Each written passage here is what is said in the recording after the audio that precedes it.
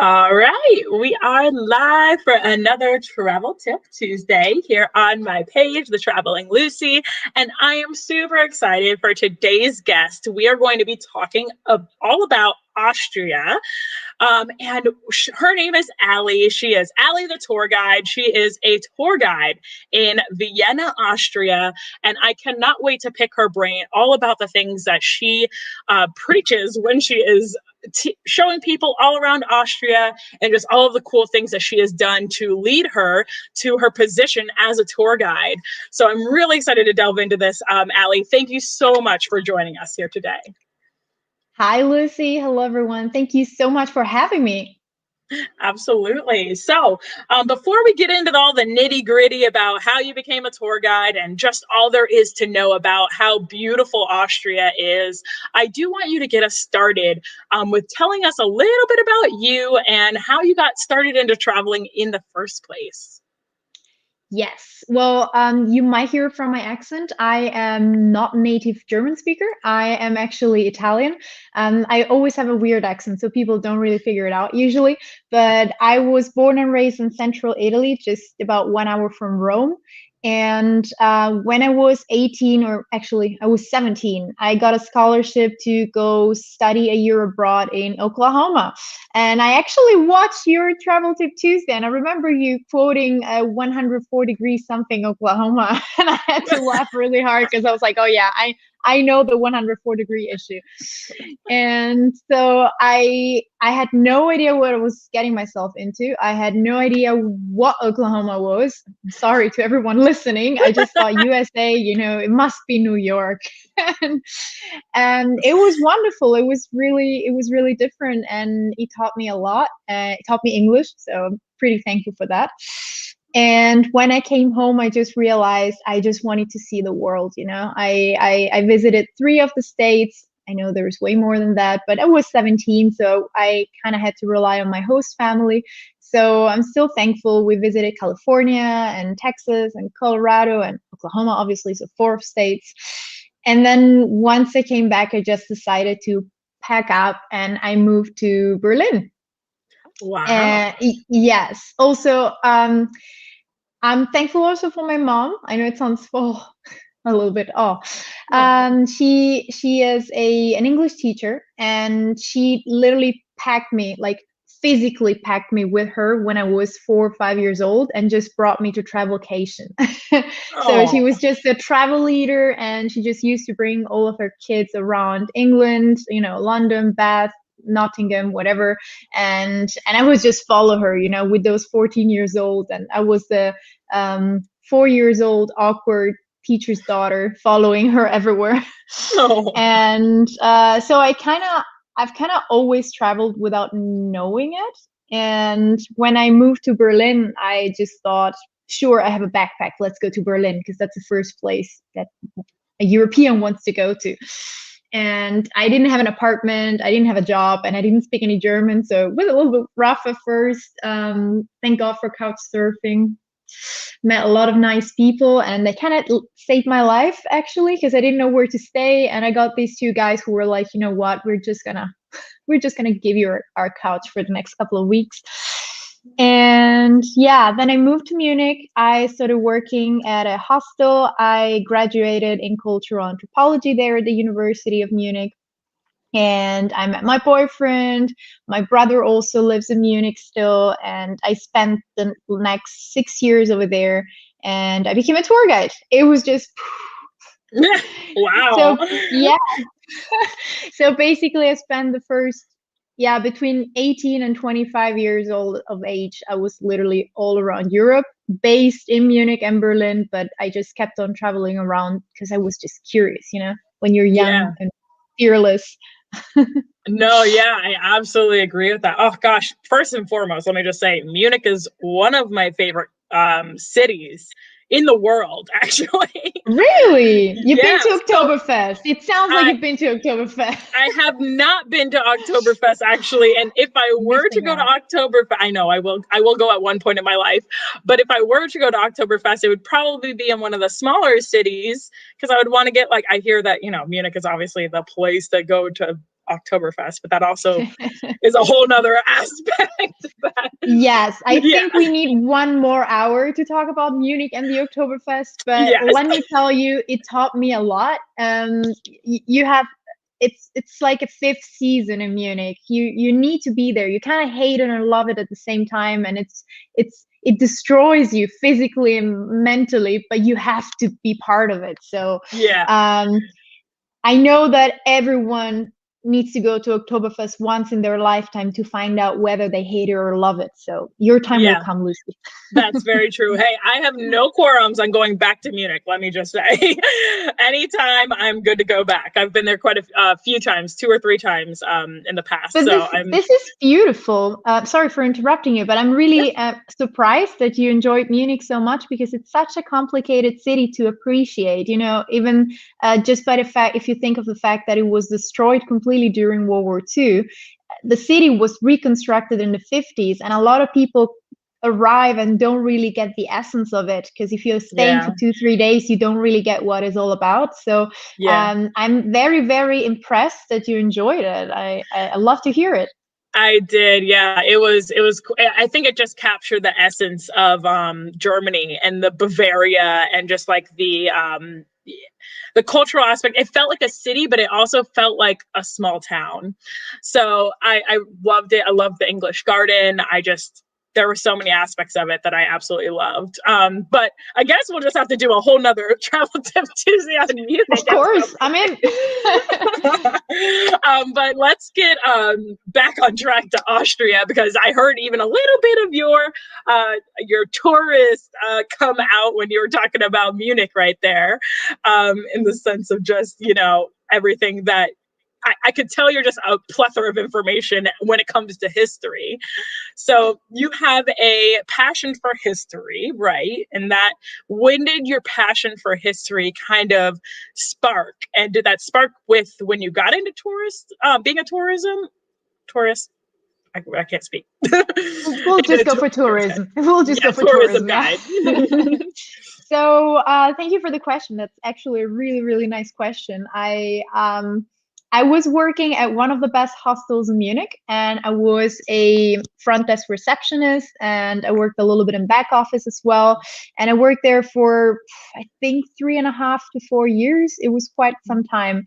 And at first it was just a student job, and then I literally started taking every single shift, and then it became a full-time job. And I just wanted more and more and more. And every time I would see these guys doing the pickups for the free walking tour, and I always, I had this idea in my mind, like, oh, this looks so nice. They're outside, speaking about history. And I just started reading and reading and reading. And then at some point, I remember having a beer at the hostel bar, because this is what you do. I know that we don't talk about alcohol and oh no, please talk about alcohol. It's such a big thing in Europe. Like, if people don't know alcohol. I was gonna say, I don't want to be inappropriate, but when you live in Europe and you work at a hostel, alcohol is a big thing. So especially if you work in Munich at a hostel, then there is no option for you. So I was having a beer at the hostel bar, and this friend of mine, he's a great tour guide, and he just looked at me and he was like, so when are you just gonna embrace the tour guide within you? And I was like, I never thought about it. And he's like, yes, you're a performer, just let it go. And so it started as a joke, and then I called a couple of companies, and then I prepared myself a little script, and I had no idea what I was doing. And the thing is that in Germany, you do not need a state license to become a tour guide, which is something that is much discussed. A lot of people qualify or separates tour guide, in either qualified licensed tour guide and non-qualified unlicensed tour guide. And I would like to just put it out there, it's not true. And I have incredible colleagues in Munich that are amazing tour guides, and they know what they're doing, they know what they're saying, but they don't have the possibility of being a state recognized, because the state doesn't offer this option. So it's just a bureaucracy thing. That being said, I started without knowing a thing about tourism. At least that's what I thought. And I just had fun. I remember the first couple of tours, they were like, whew, I have no idea what I just did. I remember the tour manager, she just came to me and she was like, how many people did you have? Did you lose anybody? I was like, I didn't count them. She's like, oh, great. That was a great start. and yeah, so it started as a joke, and then within I think 6-8 months I was just really into it. And then after a year I quit my job at the hostel to work full time as a tour guide, and I invested a lot of money obviously in education and books and everything that goes with it. And I was always missing something though, I'm, as much as I love Munich, I was missing something that I didn't know what it was back then. And then I came to Vienna and I just had it in front of me. It was this easygoing, very, very posh and underground life at the same time. It's like mixing coffee with wine. You shouldn't do it, but at the same time, it's intriguing. and Oh, and Vienna was immediately the place to be for me, because it is a place where you can be whoever you want to be, and it's a little bit bigger than Munich, but it feels huge because it's a capital, and it is something that I realized I was missing once I arrived here. And then I even realized that in Vienna, I would have the opportunity of becoming a state licensed tour guide by going through a whole lot of classes. And I did it. So I literally didn't even think about it. I was like, I feel like this city is calling me. This is like a new chapter that I have to go for. And yeah, I moved to Vienna and I became a state licensed tour guide. And I learned and learned and learned for about a year. And then I passed 3 exams in 2 different languages, and I'm a tour guide. That's so awesome. Oh God, let me just say that I absolutely love that you started with the free tour guides. Like, I always tell people, whenever they travel, the first thing I always do is go onto a free tour guide experience and such like that. And that has really opened my eyes to history. And I was never into history before. And when I've traveled and everything, and like taking those tour guides and just like hearing about the history of places really brought the history pages to life, from what I was reading in school, which was like very, very minimal. Like in right, you read it in school and you're like, what is this? And then you go on a walking tour and it's like Game of Thrones all of a sudden. It's like, and you're like, oh, okay, like just crazy. So that was insane. And I love that you start off with that. So question, are you with what type of tour guide company are you with now, like in Austria? Well, right now, if you come for free tours, you will find me with the Vienna tours, which are the green umbrellas. But I am actually building up my own company with Vienna Viral, as my website is also called. I am in a partnership with this wonderful lady and friend of mine who is also a tour guide, and we decided to just join forces, and just try out something together. And I am a freelance tour guide, actually, meaning that I can pretty much work with anybody, any company I like to work with, but I can also just as good as work for myself. So it really depends, obviously. There are certain companies that work with cruise ships that comes throughout the Danube. You just pick up the guests and then bring them around the city. There are a couple of free tours companies as well, but I chose to work with this one. And I'm pretty much flexible. I do private tour, obviously, for myself. And yeah, I truly, truly hope that 2022 will be a good year and a good new start for tourism. Yes, me too. So itching to get back out there and travel internationally, I should say. Yes. So that's so cool that you do the free walking tours, which for people who want to, like, a good idea, like the free walking tours are kind of just like an introduction to the place, and you are in a group of people, so usually about like 20, 25, like around there, type of people. So like a lot of times people will take a free walking tour to just get like a very big glimpse glance of the city, and then they'll take, if they're interested or if they like the tour guide like Allie, then they will take it a step further and do maybe a private tour guide. Or the people who don't like to be in the big groups and they kind of want that more private space will take just a private tour guide with a tour guide like Allie. So that's really cool, and I think that a lot of people don't know about the free walking tours, but I love that you do both. I love that you're creating your own Vienna viral, and just really expanding on all that there is to know about Austria within what you do. So speaking a little bit more into that, what do you think? I know that you specify with Vienna, Austria, with your tour guide license and everything. So what are some pieces of Vienna that you feel everyone should know out there? All right, thank you for the question. Also, let me just specify, my license is valid throughout the country. My license calls me an Austria guide. That's the official title, you know, makes it cool. But obviously, I am a Vienna tour guide, but I'm allowed to tour all around Austria. There are certain areas that I do not know because I do not know everything. You know, you cannot just know everything. Yeah, but obviously, if anybody would like to go to Salzburg or the Lake region and so on, obviously there are specific areas that I'm also qualified to travel to. But going back to your question, have you ever been to Vienna, actually, Lucy? So funny you ask me that question, because last April, I was supposed to go to Budapest. Oh. And then I was also supposed to go to Vienna and Hallstatt in Austria. I had looked into it and everything. I was so excited to go and visit Hungary and Austria last year, but then COVID hit. So. All right, so we don't talk about it. But guess what? Now I'm better equipped because now I have Allie on my side for the next time that I go. So everything happens for a reason.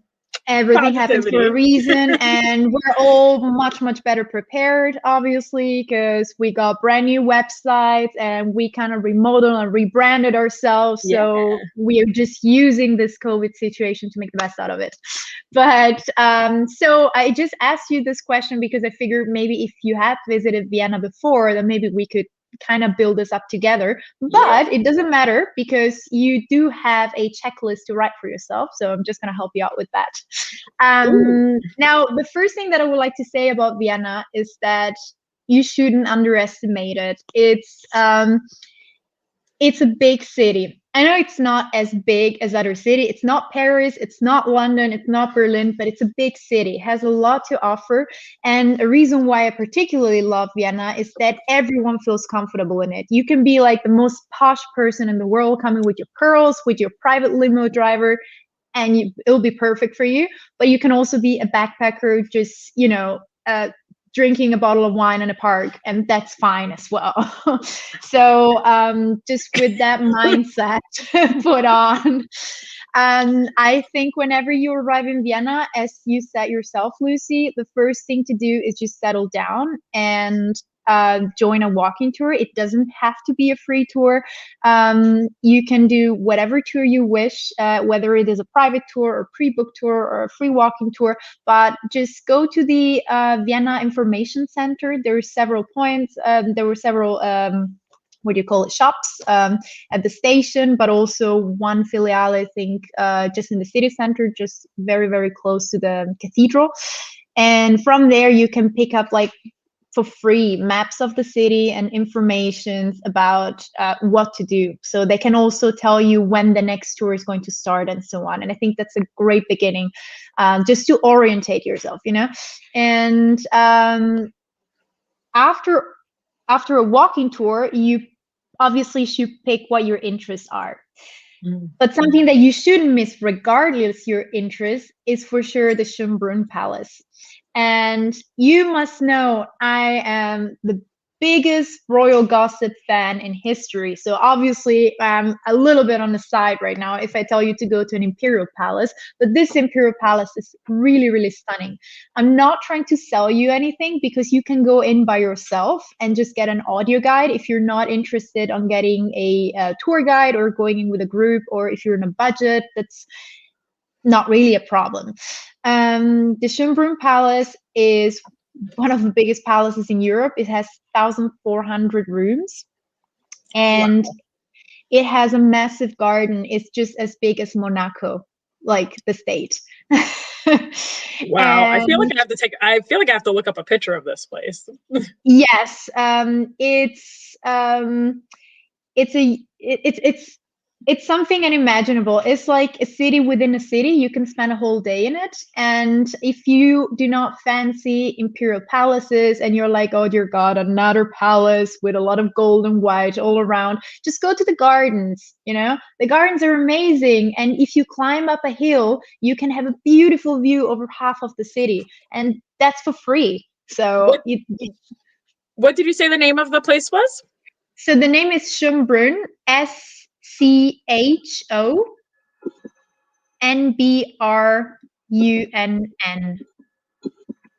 Ooh. Fancy, right? It's like longest name ever. It must be fancy. Pulling up some pictures right now so we can share it while you're speaking. Yes. All right. Let's see. This will help people get an idea of what you're talking about here. Exactly. Look at that. I mean, look at that. It's just so pretty. It's like a small Versailles. It's really, really nice. Wow. Look at that. How do I make this bigger? Oh, there we go. We got another tour guide there. There we go. Some tour guide. We don't like that. No, I'm just kidding. No, just we don't want this tour guide. No, but it just gives you an idea. And the garden just looks like it a whole year round. Like, you don't have to come over the summertime to have a look at the pretty flowers, because obviously the gardeners take care of it, so it always looks nice. They always make sure that they plant the right flowers in order for them to survive wintertime and so on. There is also a palm house. Oh, this is the great hall, like the big ballroom. And it's absolutely beautiful. It's gorgeous. And as I said before, there are people who are not interested at all in this sort of stuff, and I understand, but I should still tell you, go to the gardens, because you won't regret it. You know, you can just walk around, and there are horse carriages and all of this sort of things. And the only thing that I do not appreciate about the Schönbrunn Park, and I feel obliged to tell you as well as a dog lover, that dogs are not allowed inside. Obviously, well, for obvious reasons. You know, it's a stunning location, and they want to keep it clean and everything. And it's so big that it would be easy to just smuggle in dogs and maybe not clean after your dog, you know. So I understand that it's just like a wise choice, but I'm still a little bit upset about it. But yeah, so this is definitely one of the first places I would go to. And another really, really stunning place would be the Opera House. And the Opera House, if you do not want to go for an opera, they do tours. I also do tours inside the Opera House. It's really great. You just walk around for about 45 minutes and you see also the backstage. But if you are an opera fan, you can get standing seats last minutes for 10 euros. And it's definitely something great to experience if you're into this sort of things. Absolutely. That's a pretty affordable. And, you know, so really quick before we move on and you say about all the other amazing aspects of Austria, I would love for you to say just like how affordable is Austria compared to some of those other countries in Europe? Because I feel like a lot of people Austria isn't first on a lot of people's lists. We'll just say that, which I love being able to check out those other countries that like aren't like, you know, France and Germany and Italy. Like, I love those countries as well, but like, it's so cool when you get to delve into the culture of some of these places. And some of the aspects, because they're not as popular, it ends up being cheaper. So I'm curious as to how you've seen it compare cost-wise, just to visit these places, Austria and Vienna. So that's also another great question, Lucy. I would say, well, it's not that I would say, it is the truth.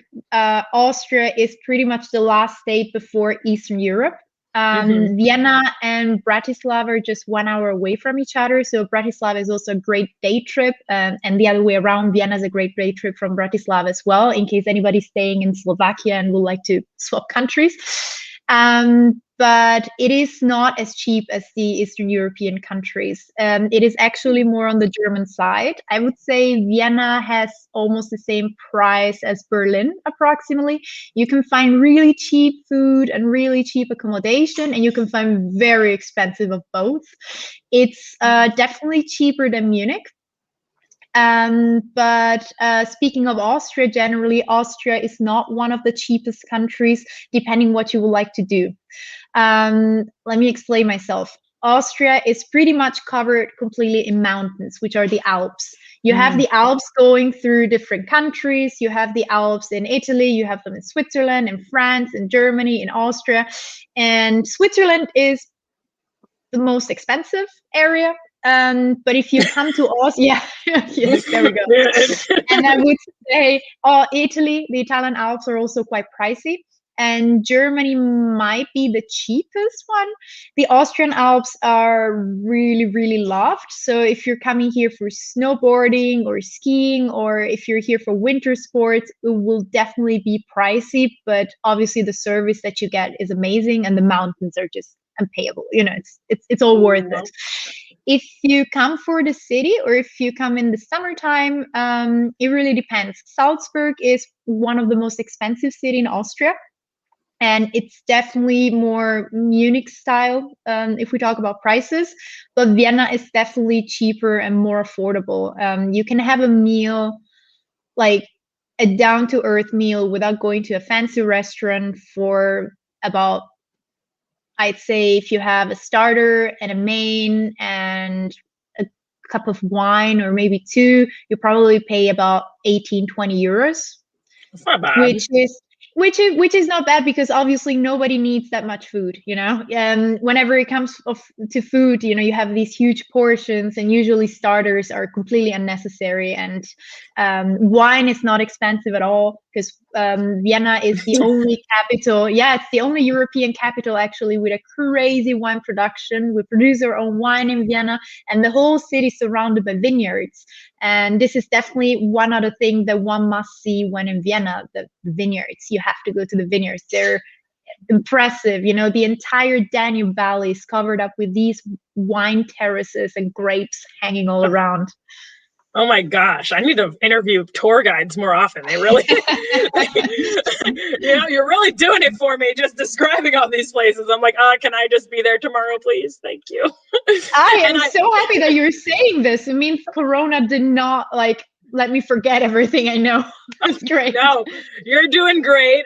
You got me on a virtual tour guide through my mind. I'm picturing what it would even look like. And, you know, you talked about kind of the placement of Austria, and I'm going to be honest, most people in America, at least, are really bad with geography.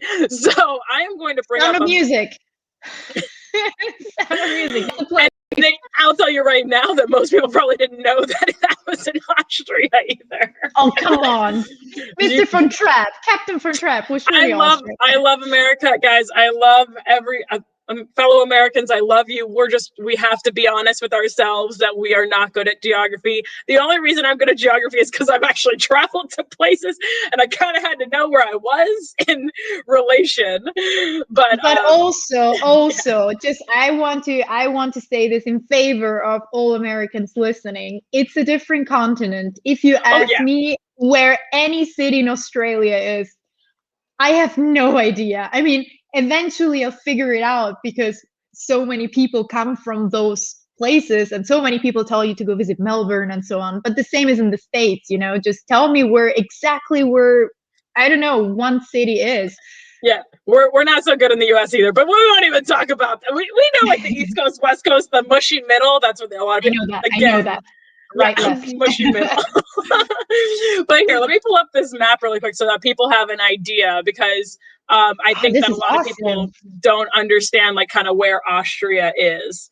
So here's, of course, the massive Germany we see right here, right? We know that. Everybody knows that. Skip that. Exactly. So I'm doing it as a visual for people. They see the map of Germany, and then they see next to a portion. So Germany obviously borders a lot of countries, but where Austria is in relation to that. So, and this is great. Actually, that's a great idea to actually show the people where I am at right now. I am here, guys. I'm right here. Zooming in, and here's. And if you can. There we go. Vienna's right next to Bratislava. Bratislava. I love it. Yep. And so this is where we're zooming in. Y'all have seen the zoom in of where Vienna is. So, and I see that there is a large river that goes through it. Yes, this is the second largest river in Europe, and it is the Danube. And you will find the Danube all around. You will find the Danube in Germany, in Passau. You will find the Danube in Vienna, but also obviously in it goes half through Austria, so you'll find it all around Austria. You will find the Danube in Bratislava. You will find the Danube in Budapest. You will find the Danube all the way from the Black Forest in Germany until the Black Sea, so the border with Moldavia and Ukraine. So it goes through, oh God, 9 countries, if I'm not wrong. Please don't Google it right now. Well, I'm seeing it. It's like going all the way, throughout here. So that's crazy. That's awesome. And it continues. And actually, cruises along the Danube are really, really in vogue. I'm not that much of a cruise person because I am too active. Like, I need to move and I need to run and I need to see things. But the landscapes are beautiful. You know, you can imagine going through these valleys, and then all of a sudden you have like a huge metropole like Budapest or Vienna, and you have all these bridges. It's really nice. Yeah, absolutely. And, actually, Europe is a really great place to actually tour through by the river. They say you can pretty much get to every country through a river of some sort or connection. And that's like a really big thing for people to do. Yes, I know some people who sailed, for example, from the Black Sea all the way up to until Austria and then Germany, and then from there they picked up with the Rhine and went all the way up to the North Sea. So it's it's a pretty nice journey. Yeah, absolutely. All right, so getting back to Vienna and all the things that we have to see in there, I just wanted to pull up that map because I know that some people may not know where it is, and I hope that helps some people who are watching, so they know exactly where we're talking about on this call today. Yes, that's awesome, actually. I didn't think about it. I should do it on my Instagram live too. Like, by the way, guys, this is where I am, in case you're wondering what we're talking about. So, what to do and what to see in Vienna. We talked about imperial stuff. We talked about the opera, and I mentioned the vineyards, and you don't have to enjoy drinking to go to the vineyards. Vineyards are historically and geographically incredible. Vineyards are obviously put up a little bit higher on the hills around the city, and they're usually located either in the north or on the west riverbank of the Danube because the soil is rich of minerals, so the wine actually gets really, really tasty. The grapes are amazing.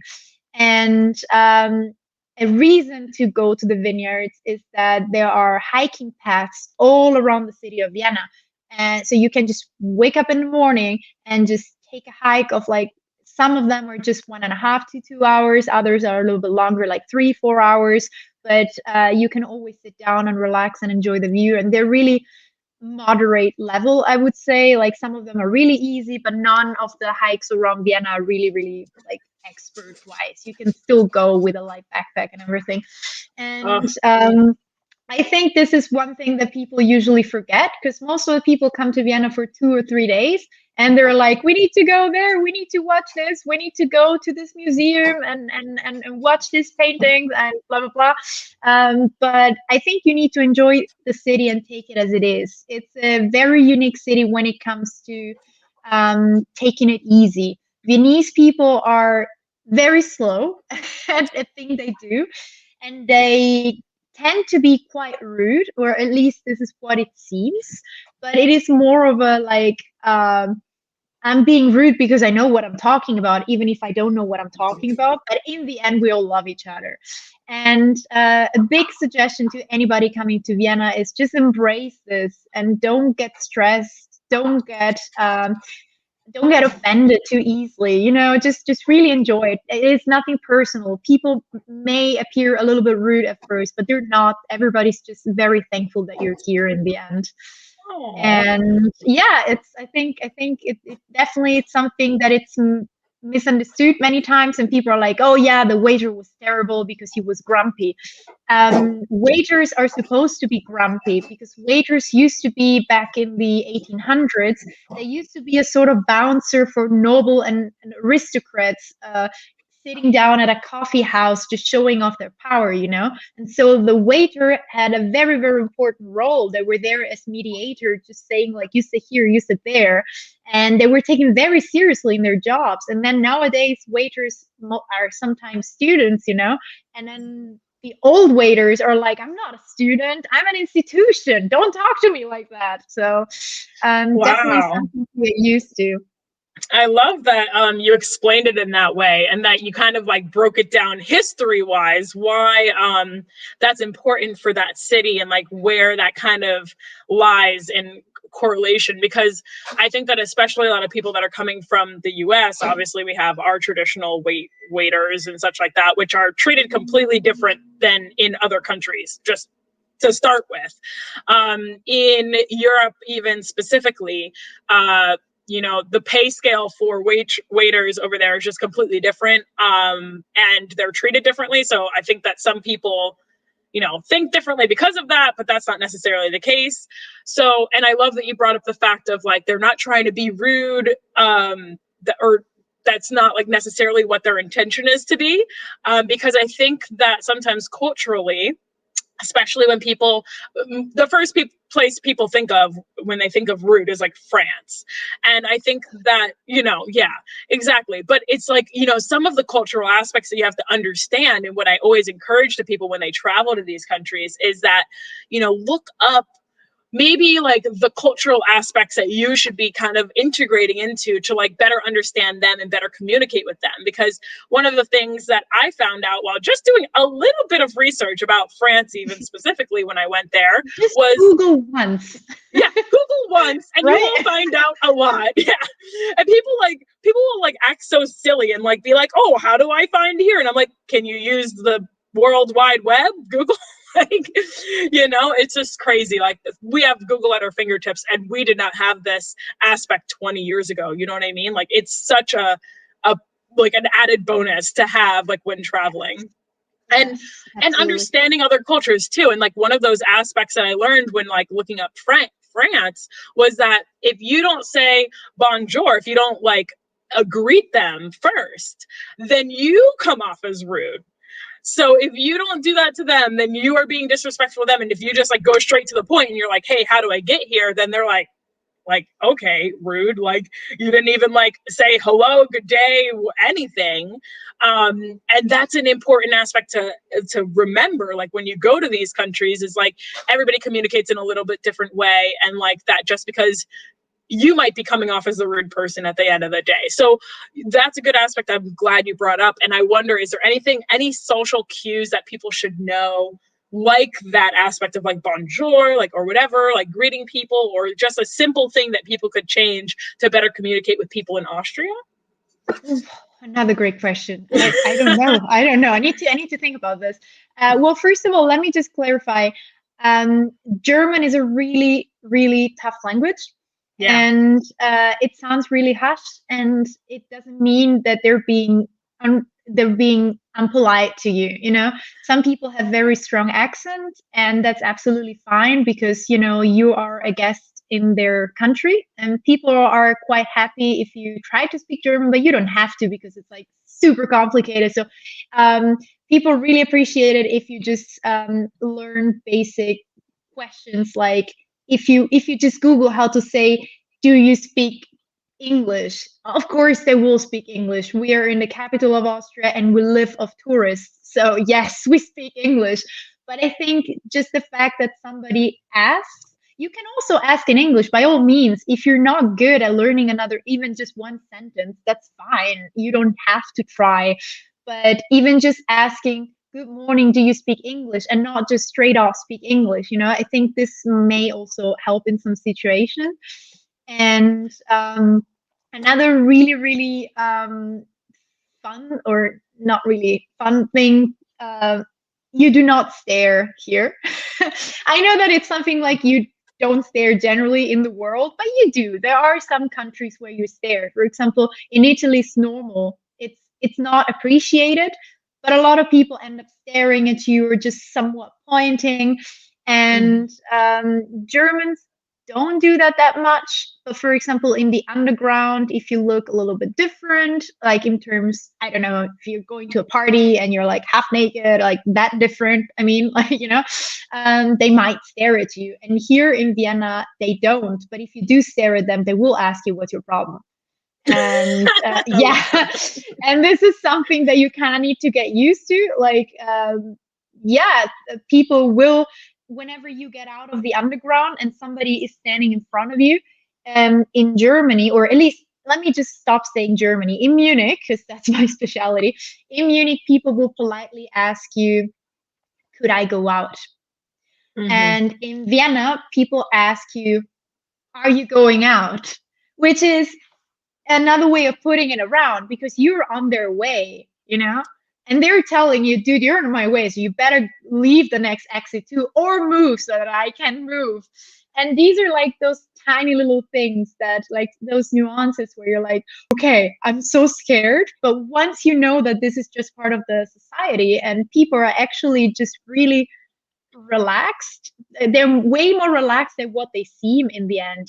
People come late very often, or if you sit down at a coffee house, you will not see a waiter for maybe 5 minutes, and you're gonna be like, what's wrong with your customer service?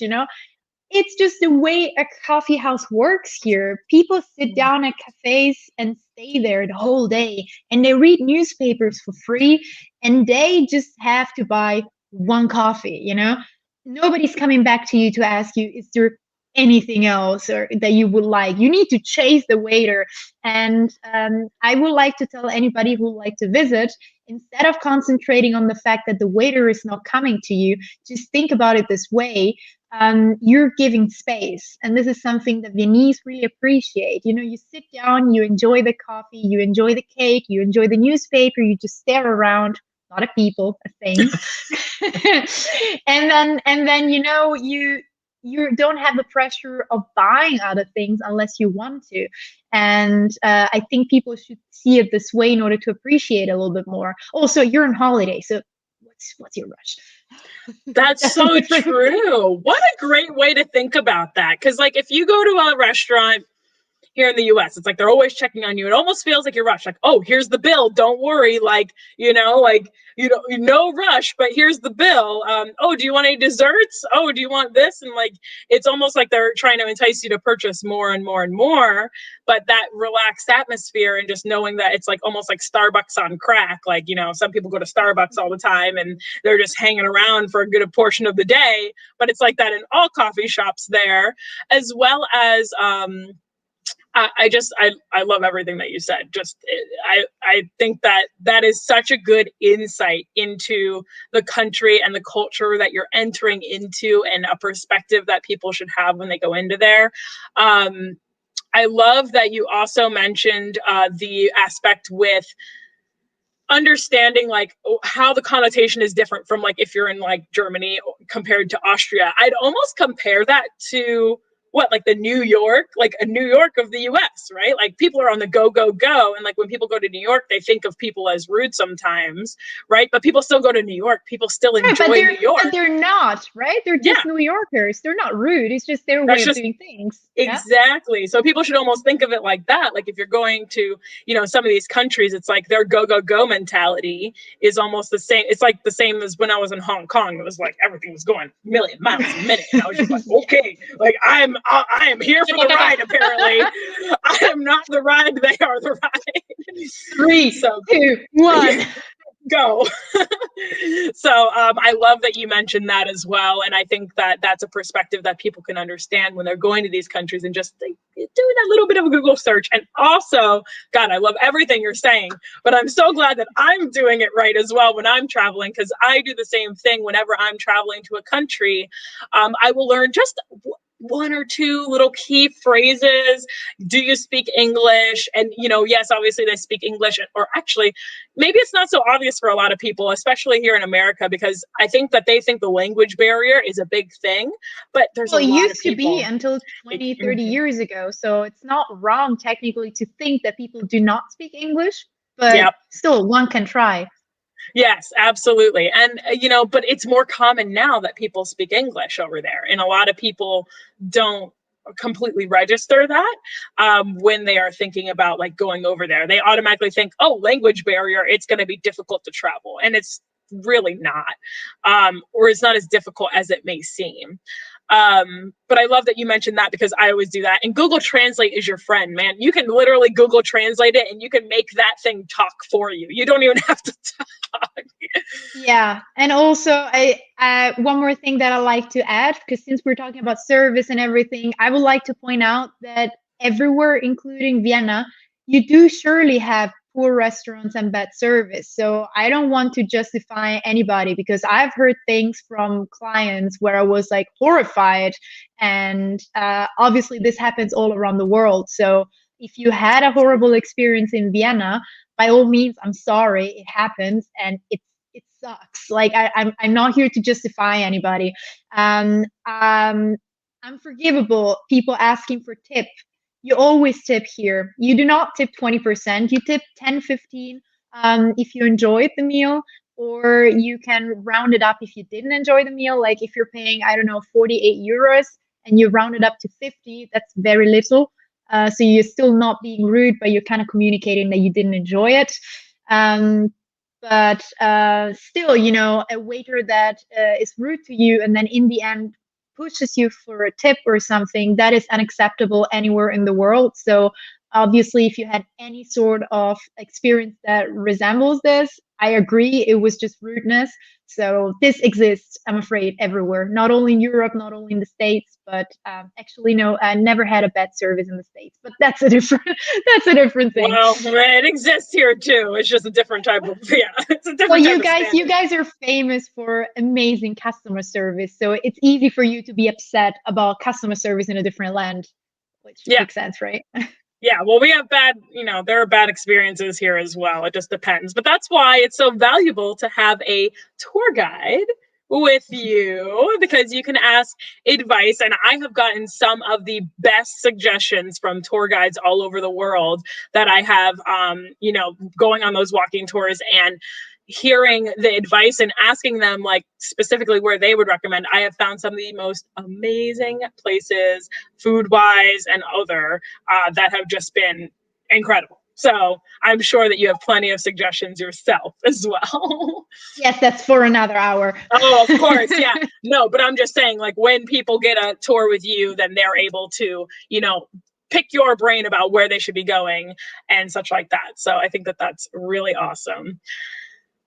So gosh, we just unpacked so much. And I think the whole aspect of what we just unpacked was just like awesome. I think that now if people are going to Austria, they're going to have such a good idea of like understanding the culture a little bit more and like what to expect and so on and so forth. So I just love that. Thank you so much for sharing all of that. Thank you. Yeah. So gosh, wow. Where do I go from there? And I know we're running a little, like we got some time left, a little bit, but what is, we really covered a lot. We really did. What is I there can anything? Keep on going. Don't worry. I can keep on going. I know. There's just so like all of the questions that I had, we pretty much just answered in like roundabout ways that I didn't expect, but it just like naturally came. So I love that. That's just so awesome. All right. So what is your actually, you know what? Backing up, I actually want to explain a little bit about Austria, because you mentioned that you guys speak German. Is that all over Austria?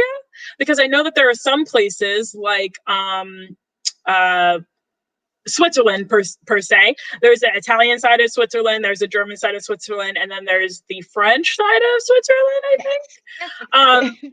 Look at me, I'm Girl, doing good on my tour guide. I'm a tour guide. No, I'm not a tour guide. And this is Switzerland. So in Switzerland, like they have different dialects and everything. And I actually didn't know, surprisingly, that Austria was all German. So can you explain a little bit about that and maybe the history behind that? I know that there's probably a lot to unpack there. So I'm going to call this a crash course of European histories for dummy in 2 minutes. The word dummy is not defining anybody. I just read a lot of books like mathematics for dummies. Like those are the sort of things I read. Yeah, you're not offending anyone. I'm a dummy. I don't know. Don't take it personally. Don't take it personally. Just the first book pops out in my mind. So let's go back in history. So let's go back to the year 200. We have in Austria nothing, a bunch of mountains, and the Romans. The Romans were in Austria, and the Danube was the natural border of the Roman Empire. Whenever the Roman Empire fell in the 5th century, a lot of barbarian tribes came in, and most of them came from the north, and they were Germanic tribes. Germanic sounds like Germany, you know, it's like the root of the word German, and they kind of spoke those dialects and brought it to the area. However, there were also several other, like Slavic, for example, tribes. They came from the east and from the south, and they kind of settled down in Austria. And then from the year 800 until the 1800s, the early 1800s, there was something politically known as the Holy Roman Empire. And the Holy Roman Empire was pretty much born in France whenever a guy called Charles the Great, decided that he is like a descendant of the Romans and he wants to recreate the Roman Empire and he's going to do this all over again. I'm going to conquer everything. Long story short, the Holy Roman Empire ended up being a huge community of kingdoms, duchies, and of states, of independent states working together under one emperor. Each of those states, though, were obviously administrated individually so that people could actually get a hold of what they were doing, because the Holy Roman Empire at some point was as big as Europe. So it was a bit of a mess. You cannot just control it through one person. And all these dialects that came from the Germanic tribes still developed in the mountain areas in what we now know as Germany and Austria as well, at least in the central part of Austria. And they obviously developed their own way of speaking. And there is one form of German dialect which kind of resembles each other. Well, not one, definitely. There's several German dialects that resembles each other, and they're the mountains Germans. I say Germans. German. Yeah, no, it's like the German that they speak in the mountains, in Austria, in Bavaria, in Switzerland. They're obviously completely different dialect, but some of them kind of have the same words and specific way of saying that just kind of refer to each other. And then you have other dialects that developed in other part of the country that were maybe bordering with a different language. So this is how it pretty much developed. Let's jump back to the 20th century. After the fall of monarchy and after World War I, Germany and Austria connected to each other for a couple of years, and then they split again. And whenever Hitler came with the annexation in 1938, he founded his own Reich, and he annexed Austria to Nazi Germany. After World War II, we signed a state treaty liberating us from any other force, stating that we pledged not to ever join any other country in terms of nationality. We are Austrian, we stay Austrian, and we're neutral. And ever since, the Austrian identity has really been it's been struggling. Let me put it like this, because Austria has always been a big empire. It's been part of the Habsburg Empire, was the Austrian Empire, was the Austrian-Hungarian Empire. Before that, it was the Holy Roman Empire. And it was always connected to many, many nations that were co-creating this power source, you know? And then after World War II, we became a small country. You know, the Austrian Empire had 50 million people. And after World War I, we had 8 million people, 9 million people. So it decimated us. And this was a rough time for the Austrian identity. And the Austrian identity kind of picked up in the last 40, 50 years. So going back to the original question, why is that we speak German?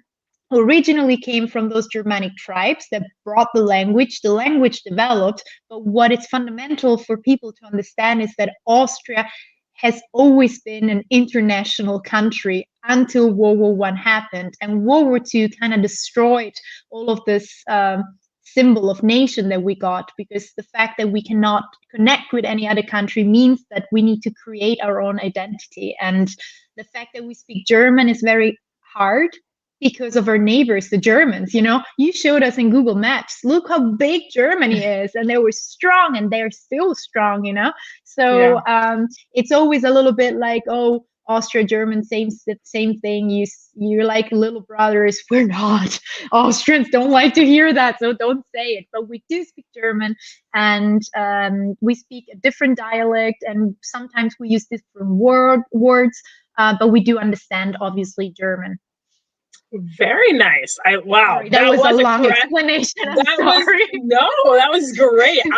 I'm loving it because I know that I want to go there one day. So that's like super. I think that was so valuable to have on here. I apologize to everybody listening, to all historians listening to this. It was like history. Hey, you know, you got to do it for the live. You got to, you know, you can't bring your entire 1 hour, 2 hour tour guide, 3 hour tour guide into, you know, you just combated it into 2 minutes. So, hey, the fact that you can even do that, kudos to you. So I loved it. No, I thought that was a great explanation of just the background of Austria, the conflict that they had and how they resolved it, and just the end result, which is what it is today. So I loved it. I loved the little history lesson. I didn't know any of that, so now I'm more educated. So I'm glad to hear that. Thank you for that. Oh God, I've been loving this. I'm like, I really need to start interviewing more tour guides. I'm like, what am I doing? I love it. Oh gosh, wow. So that's really interesting to know, and knowing like their place and how German is affected, because even when you were talking about it all throughout the show, just knowing how that connects, I think that if people listen all the way throughout for this, they're going to get such a good idea of Austria. And I cannot thank you enough for sharing your bits of information and your knowledge with us here today. Thank you for listening to me for 57 minutes. This is incredible. No, this has been awesome. I've absolutely loved it. It's funny because every person that I have come on, like, they are like, you know, they don't expect, they're like, oh, wow, it's been an hour already. Like, the time just flies by. And hey, super huge kudos to Allie as well, for anybody who's watching, because it is almost 1 a.m. where she is in Vienna, Austria. So very big kudos to her for making time in her schedule to be here with us today, and with me and with you guys. And just thank you so much. And of course. And I actually want you, going into that, how can people reach out to you? Tell a little bit about your website, what you're doing there, and how people can get connected to you and learn more about what you're doing over there. Yeah, thank you for letting me speak about it. I actually, myself and my colleague, Siri, that's her name, like the iPhone voice, but she's great, much better than the iPhone voice. We just launched a blog called viennaviral.com. And you can find all sort of stories about monarchy, about Vienna, about cultural life, about coffee and artists. We launched actually last week. We had a little bit of a party. You know, we all had to get tested, COVID-free, and like 5 people came. It was amazing. The restrictions are pretty bad, unfortunately. So we kind of sounds like a rager. Exactly. But so Vienna Viral is starting as a blog for everybody who's literally just generally interested in knowing a little bit more about Vienna and Austria. And as we are independent freelance tour guides, you can also contact us if you're interested in a private tour around the city for now or later on in the future. And obviously, just ask us any question, really. You don't have to book a tour, but we'll be happy if you just, tell us feedback or just let us know. And yeah, we will transform it hopefully into a tour company as soon as things go a little bit better. But you can still book us through it as independent tour guides, so as individual tour guides and not as Vienna Viral, as Vienna Viral is now the blog for now. And you can also find me on Instagram as Allie the tour guide.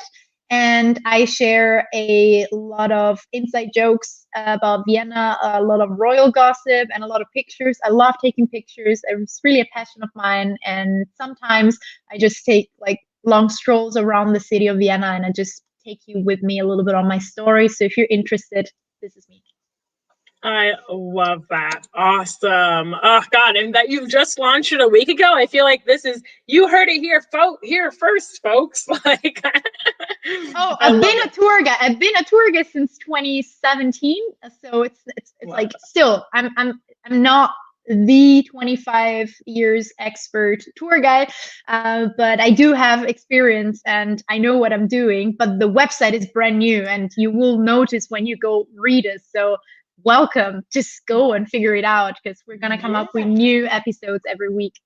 No, I love that. And hey, you have quite a bit more experience than I do. You just schooled me in a lot of knowledge that I didn't know about. And, yeah, it's great if you've done 25 years. But what I've noticed is that like on these walking tours and on these, like for these tour guides, so you guys take so much passion and energy into it. And you guys delve into the history. It's not like, hey guys, we're going on a tour. Like, it's not like me giving a tour of like my hometown that I've lived in my entire life. But like, I know like places, but I haven't delved into the history even as much. And I'm born and raised here.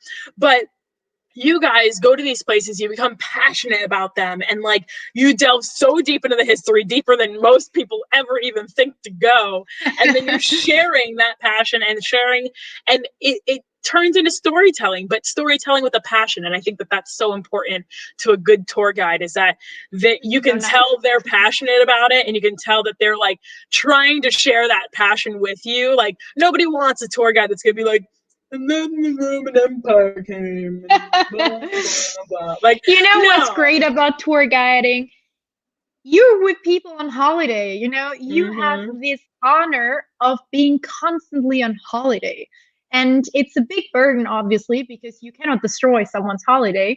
But at the same time, if you think about it, you're with people who are most likely in a good mood and are there to learn and eat and drink and just look around. So there is no point in not being in a good mood.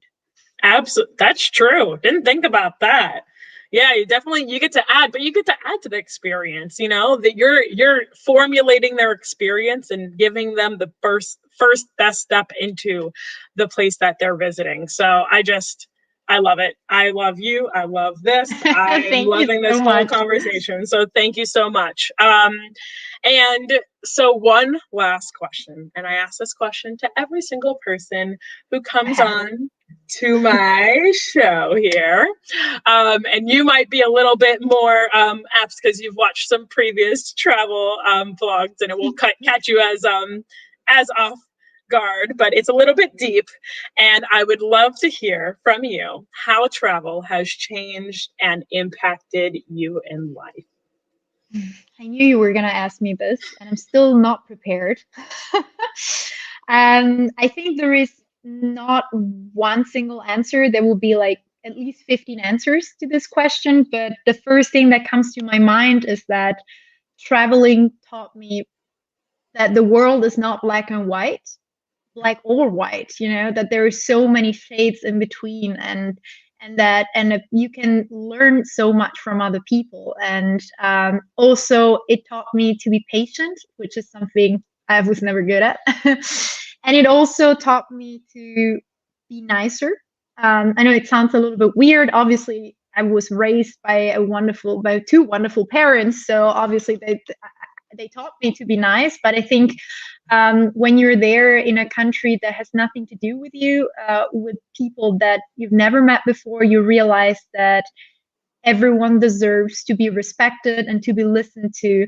And when you start traveling when you're 18 and all you want to do is camp around, visit the whole world and party, you don't have this at first. And I think at some point after so many years of traveling and meeting people, you realize that this respect is something that you will take on in life and you will always get a chance of paying it forward. So I'm very thankful for that.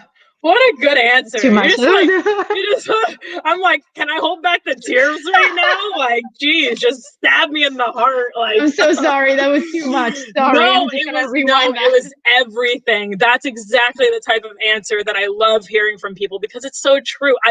You're not the first and you won't be the last. And every person that I ask this question to, it's like, it has such a deep meaning for every single person.